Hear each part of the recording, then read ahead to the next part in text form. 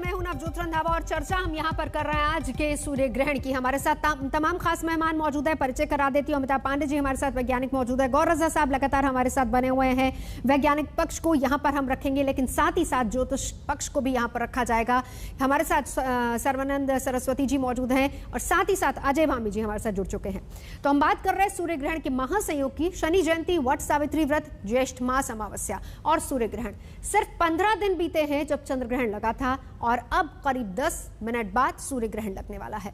न सिर्फ खगोलविदों में बल्कि ज्योतिषाचार्यों और धर्माचार्यों में भी इसको लेकर काफी दिलचस्पी है। हमारे साथ दोनों ही पक्ष हैं, दोनों जानकार हमारे साथ बैठे हैं। चर्चा को हम आगे बढ़ाएं उससे पहले ये रिपोर्ट देखिए।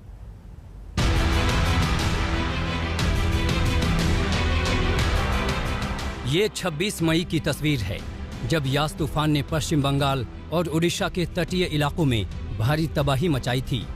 26 मई का जिक्र इसलिए क्योंकि उसी दिन साल का चंद्र ग्रहण लगा था।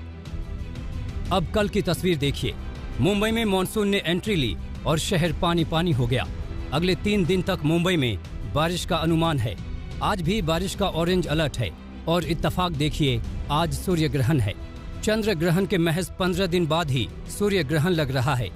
शास्त्रों के अनुसार जब 2 ग्रहण बहुत जल्दी आते हैं तो इसका देश दुनिया पर बहुत गहरा प्रभाव होता है। इसके मुताबिक प्राकृतिक आपदाएं आ सकती हैं, बाढ़, समुद्री तूफान, भूकंप आ सकते हैं। हालांकि ज्योतिषाचार्यों के मुताबिक राहत की बात यह है कि चूंकि भारत में यह ग्रहण सिर्फ 1-2 जगहों पर दिखेगा, इसलिए इसका बुरा असर नहीं पड़ेगा।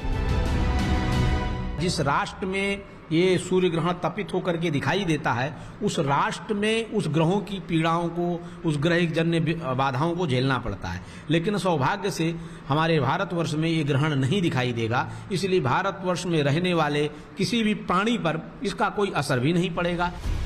ज्योतिष के जानकारों का मानना है कि जब 2 ग्रहण पास होते हैं, उसका प्रभाव इंसानों पर भी होता है। सबसे ज्यादा इसका असर मन पर होता है। चंद्रमा मन का कारक माना जाता है और सूर्य आत्मा का कारक है। इसलिए ग्रहण के दौरान चंद्रमा या सूर्य के पीड़ित होने पर उसका असर लोगों पर जरूर पड़ता है। ग्रहण के प्रभाव से व्यक्ति का मन कमजोर हो सकता है, आत्मविश्वास में कमी आ सकती है, फैसले गलत हो सकते हैं, समाज में असंतुष्टि का भाव बढ़ता है। बृहस्पतिवार के दिन सूर्य की तारीख 10 तारीख के साथ में और शनि की जयंती पर ग्रहण पड़ने के कारण से ये बुद्धि का ह्रास करने वाला है। साथ ही साथ में प्रतिष्ठा के लिए व्यक्ति अंध मार्ग चुनेगा, वो कोई भी भीषण कदम उठाएगा। इसके कारण से युद्ध इत्यादि की छोटी मोटी शंकाएं, ये चीजें आपकी बढ़ती हैं। ये तो ज्योतिषियों की बातें हैं, लेकिन ग्रह नक्षत्रों पर वैज्ञानिक नजर रखने वालों के लिए ये महज खगोलीय घटना है। आज तक ब्यूरो। तो एक बड़ी खगोलीय घटना जिस पर चर्चा कर रहे 2 वैज्ञानिक, 2 ज्योतिषाचार्य हमारे साथ हैं। अजय भामी जी, मैं आपको इंक्लूड करना चाहूंगी। क्या कोई इस तरह का लिंक बना है अभी तक, क्योंकि आप काफी समय से ज्योतिषी कर रहे हैं, लेकिन क्या कोई लिंक समझ में आता है कि एक तरफ ग्रहण लगे और फिर उसके साथ आपका कोई भी लिंक हो? देखिए, जहां तक ग्रहण और आपदा का लिंक है वो तो एस्टेब्लिश्ड है। जैसे पूर्णिमा होती है, ग्रहण चाहे ना हो, उस दिन समुद्र में बहुत तरह के ज्वार भाटा आते हैं और दिन ऐसा नहीं होता। तो हम ऐसा नहीं कह सकते, कहने को तो कहने वाले कुछ भी कह सकते हैं, इतना दूर है, कनेक्शन है उसका। तो नेचर के ऊपर, प्रकृति के ऊपर तो पूरा असर होता है। लेकिन चूंकि ये ग्रहण भारत में नहीं दिखेगा तो किसी व्यक्ति विशेष का कोई असर नहीं होगा, ना अच्छा ना बुरा। इसलिए किसी व्यक्ति को तो कुछ करने की जरूरत नहीं। कोई भी आपकी राशि हो, किसी राशि से कोई संबंध नहीं है। हाँ, जहाँ तक प्राकृतिक घटनाओं का संबंध है तो वहां पर हर आकाश में होने वाली हलचल का आपकी नेचर के ऊपर, आपकी प्रकृति के ऊपर असर होता है। और जाहिर है इन दिनों में एक तो बरसात का सीजन है, बरसात तो होना चाहिए। लेकिन अगर मान लीजिए ग्रहण ये यहाँ नहीं भी दिख रहा, तो भी जिन कंट्रीज में दिख रहा है, समुद्र तो यहाँ कम है और देशों में ज्यादा है। और जितने भी ये तूफान आ रहे हैं, ये समुद्र से आ रहे हैं, तो उनका असर है। चंद्रमा होगा, चंद्र ग्रहण था जब, उस समय उनने ऐसा घोषणा की हुई थी। इस समय यहाँ पर प्राकृतिक आपदा आ सकती है, तो आती है।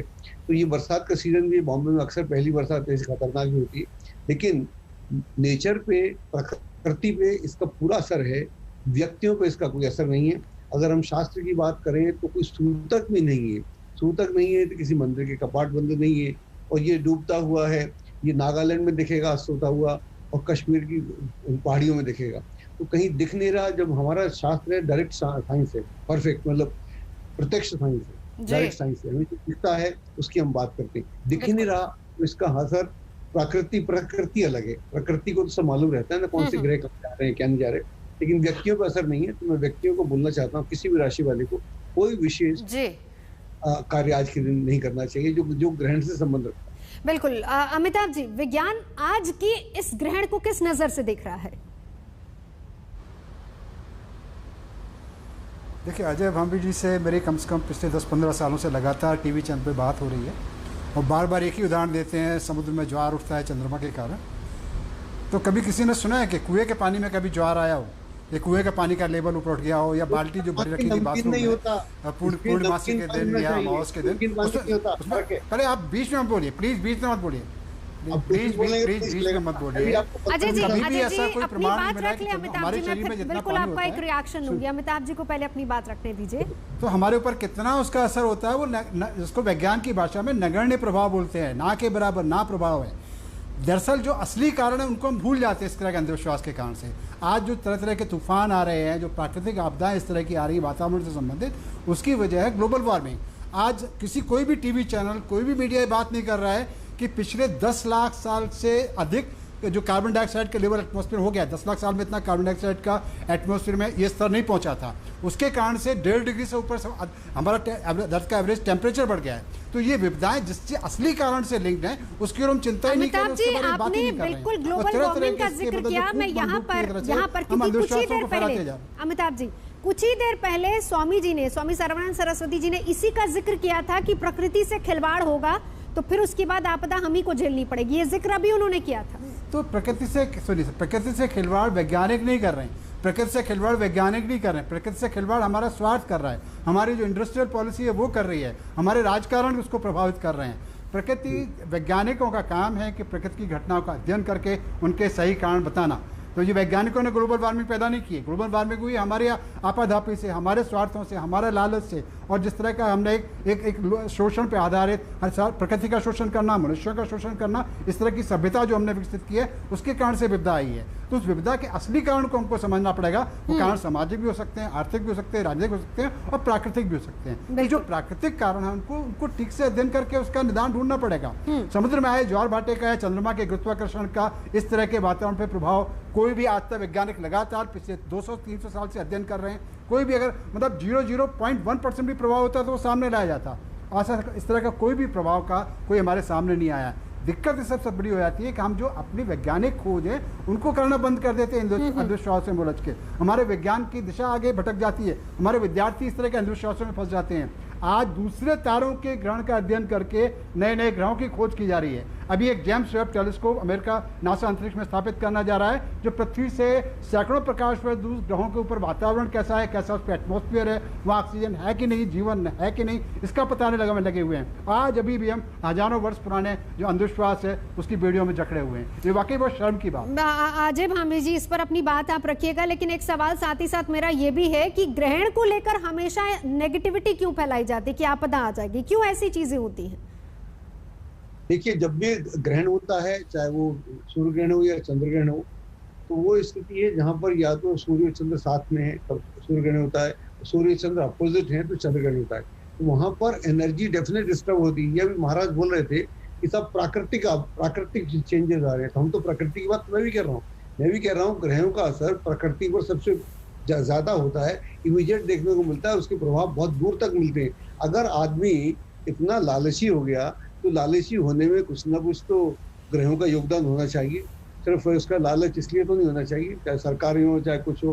वैज्ञानिक अपना कार्य करते हैं बढ़िया से, हम भी अपना कार्य बढ़िया से करते हैं, लेकिन वैज्ञानिकों की मुश्किल पता नहीं क्या है, हमसे दुश्मनी करते हैं, जबकि हम उनका सम्मान करते हैं। वो हमको बहुत ही ऐसे देखते हैं कि हम बहुत घटिया किस्म के आदमी है, पता नहीं क्या बोल रहे हैं। ऐसा नहीं है, जितना विज्ञान आप जानते हैं आप जैसा तो नहीं जानता हूँ, लेकिन मैं वैज्ञानिक ही हूँ साहब। ऐसा नहीं है, पूरे आकाश की बात समझता हूँ, कितने कहाँ खोज हो रही है, कौन सा टेलीविजन है, उस सबके बारे में जानता हूँ। लेकिन मेरा दृष्टिकोण ज्योतिष का है, तो जानना चाहता हूँ कि इस तरह से क्या होता है, क्योंकि हमारी जो बॉडी में है वो है क्या नाम है, नमक है, और समुद्र में नमक है, इसलिए कुएं में नहीं होता, आपकी बॉडी में भी कुछ होता है, कुछ ना कुछ होता है। हमारे जो हम ध्यान की हमारी विधियां हैं, हम कहते हैं कि अगर आपका वो सूर्य ग्रहण ना हो जब पूर्णिमा, अगर आप ध्यान करते हैं तो आपका ध्यान ज्यादा लगता है, या तो आपकी एनर्जी अपोजिट या आपकी एनर्जी ज्वाइन हो।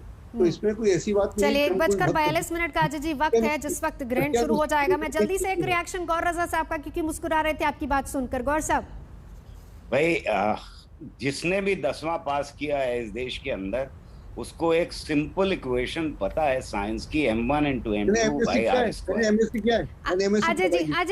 अजय जी गौर साहब को बोलने देते हैं पहले। बड़े आराम से पता है ये, और हमें ये मालूम है कि ये गुरुत्वाकर्षण की इक्वेशन है।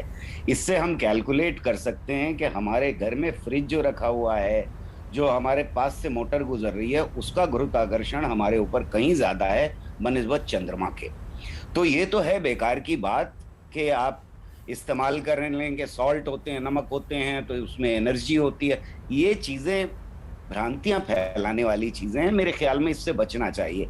मेरा दोनों शास्त्र के जो ज्ञानी हैं उनसे यही निवेदन है कि प्लीज आप भी किसी रोज आज तक चैनल पे आएं, और जिस दिन पड़ रहा हो ग्रहण उस दिन इस तरह से पी करके या खा करके दिखाएं कि बच्चों से कहें कि कुछ नहीं होता भाई, लोगों से कहें कुछ नहीं होता इसके अंदर। आपके साथ आज तक जरूर करें ये, ताकि ये साइंस का पक्ष रखा जा सके जो कह रहा है कि किसी चीज में कोई कंटामिनेशन नहीं होता, किसी के ऊपर कोई असर नहीं होता। बस इतना ध्यान रखो कि सूर्य ग्रहण को नंगी आंख से ना देखो, हो सकता है कि आंख खराब हो जाए। स्वामी जी, ये कहीं बड़ी देश की सेवा होगी, बिल्कुल, बनिस्बत इस बात के कि हम बार बार कहते रहें कि राहु होते हैं, केतु होते हैं, वो छुपा लेते हैं। गौर साहब देखिए, कोशिश हमारी पूरी है। देखिए इस वक्त पूरा बैलेंस पैनल है, हम वैज्ञानिकों की बातें भी यहाँ पर रख रहे हैं, हम ज्योतिष की बात भी यहाँ पर रख रहे हैं। मुझे आपका जो पैकेज था उसमें बैलेंस नहीं दिखाई दिया, जो इसके मैंने लेकिन यहाँ पर आप दोनों का, अमिताभ जी का और आपका आना, इसका मतलब यही है कि हम पूरी तरह से वैज्ञानिक पक्ष और बिल्कुल दोनों चीजें बैलेंस बनाकर चल रहे हैं। बहुत से हिंदुस्तान में बहुत से ऐसे लोग हैं जो बिल्कुल जो ज्योतिष पर बहुत ज्यादा भरोसा करते हैं, और इसीलिए दोनों ज्योतिष आचार्यों का साथ होना जरूरी है। बहुत बहुत शुक्रिया आप सभी का हमारे साथ जुड़ने के लिए।